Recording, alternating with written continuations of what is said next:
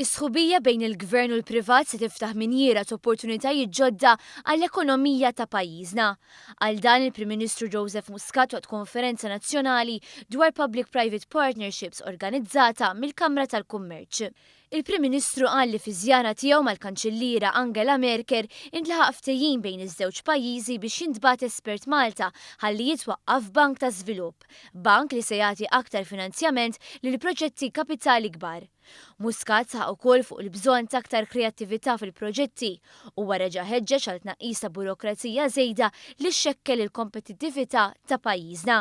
Waqt il-konferenza Adrian Said, chairman ta' Projects Malta li qed jieħu ħsieb dawn il-partnerships, ħabbar li flimkien mal-Malta Enterprise u mal-Ministeru tal-Ekonomija fi ftit ġimgħat oħra se titwaqqaf il-kumpanija Trade Malta Limited.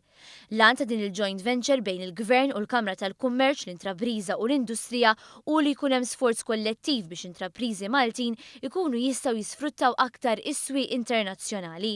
Fil-fatt, Trade Malta se toffri għajnuna biex kumpaniji lokali jimirħu li lim minn xtutna. Fostom għajnuna teknika f'dak li għandu x'jaqsam ma' branding u żvilupp fis-swieq internazzjonali.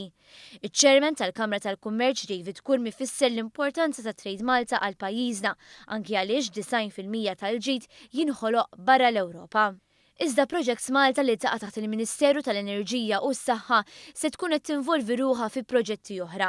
Jispjega aktar Adrian Said. Erja li qegħdin naraw bħalissa u wasalna hija fil-erja tal-Burdjar fejn qegħdin ngħidu li l-yachting huwa parti importanti mill-aspett sportiv u turistiku tal-pajjiż u hemmhekk il-Royal Malta Yacht Club ħajkunu qegħdin jieħdu l-inizjattiva bl-għajnuna tal-Gvern u bħala joint venture mal-Gvern biex jiġu iktar tlielaq lejn Malta ma mhux hekk biss jiġu ikun hemm iktar turiżmu ta' yachting lejn il-pajjiż.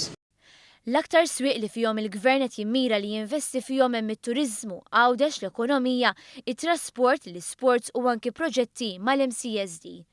Indirizza l-konferenza wkoll il-Ministru għall-Enerġija u s-Saħħa Konrad Mizzi u qal li s-settur privat huwa l-mutur tal-ekonomija.